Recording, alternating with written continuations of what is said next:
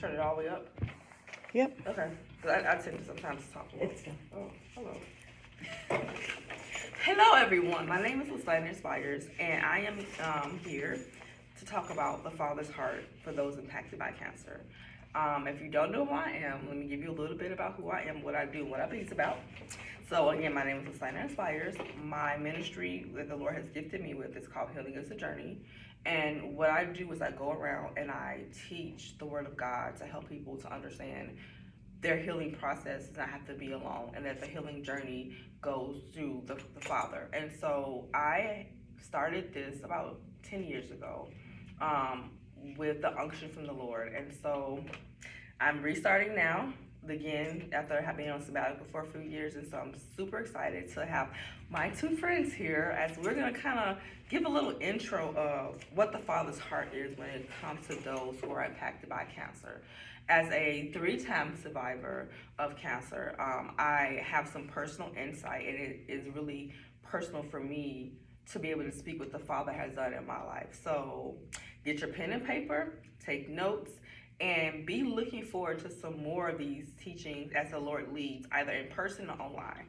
Let's get started. So introduce yourself, ladies, let them know who you are, what you be about.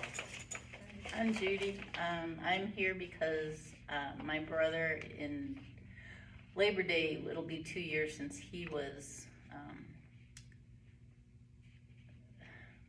what do you say? He died because he had bladder cancer. And I honestly thought God was going to heal him, but he just healed him in his way and not what I was thinking, so. Wow. My name is Leanne, and I'm on staff here, and I hear so much about different ones who have cancer, and I'm honored to be able to connect with them and pray with them. And having Listiner here is going to bring insight for me, so I know how to better approach those people that come to us and can pray with them, and I'll probably drag her with me, you know. As long as she feeds me. That's right. That's the key to my heart.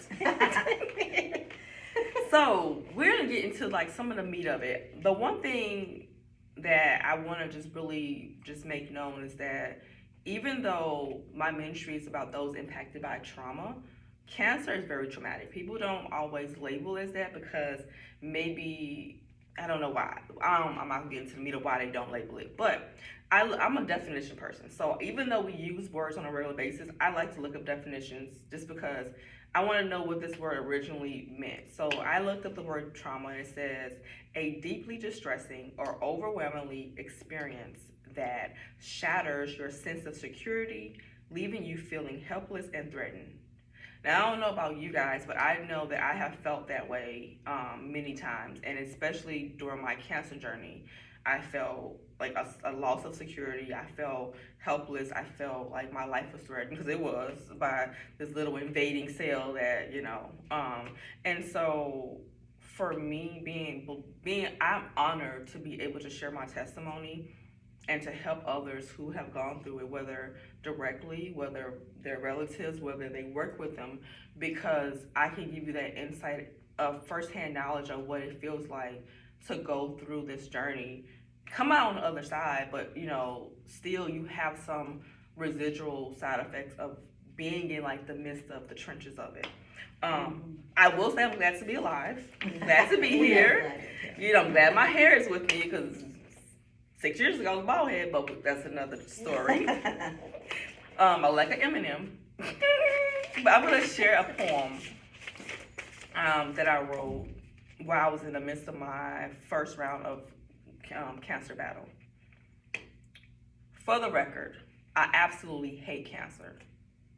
It has literally come and changed my life. It's like an unwanted house guest that comes by to visit, stays indefinitely, and starts rearranging all the furniture and eating all the food. Throughout this journey, I have been able to keep some level of positivity and faith. And although today I'm not losing either, I am honoring my feeling of being tired of cancer. My body is no longer my own, or at least it's how it feels.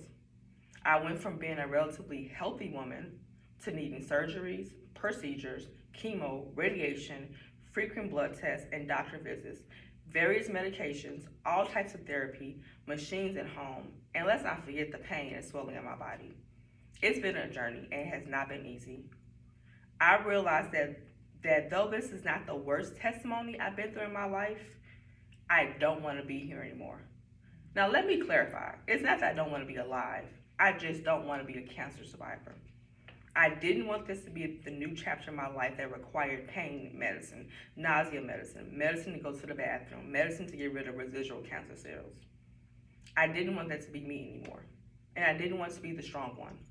I just wanted to be done with it all, even in the midst of how I was feeling. God had the nerve to show up and inspire me to encourage others. This journey has not been easy. I wonder if it's even worth it, to be honest. But I know my testimony isn't for anyone else. I know my testimony isn't for just me, but it's for others. And so if you have a sensitive stomach, then buckle up. So that was something I wrote while I was in the midst of my first round of treatments. And it's a series of them. And writing is how I, was, besides seeing a therapist, how I kind of processed what I was going through. And so we're gonna just talk to a few points, and then you ladies interject, you ask questions. There's no questions off limit, because I feel like sharing your testimony authentically, openly, truthfully is how others get healed. So whatever questions you might have, feel free. And those of you who are watching, maybe you have questions. I will at the bottom of this give you my email if you want to ask a private personal question, because a lot of times we feel like we're alone in this until someone shares something. You're like, oh my goodness, I know that feeling, or oh my goodness, I'm not alone. My disclaimer also is that I love the Lord. Like, me and him, we best friends, but I'm also real honest and raw with him. And so there has been times where I'm like, I'm angry at you, Dad, or this, whatever. That doesn't make me less of a Christian. It makes me a human, first and foremost, and it also makes me his daughter. So whether you are a believer or you're not a believer watching this, I want you to know that the Lord loves you, and whatever you're experiencing, you can bring it all to him. Let's begin our session. So the first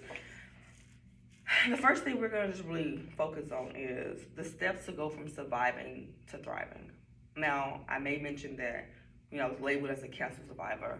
And for me, surviving means that, like, you're barely getting by, like, you're just scratching the surface. Like, you just, you made it up for air, right? I feel like that's the first part of when you're going through something. It's like you just want to make it. You just want to get through it, right? But there's a bigger picture. You want to thrive. Come on in, you want to thrive, and you want to enjoy your life. And so we're going to talk about the steps to go from survivor to thriving. But we're going to pause for a moment for a brief intermission.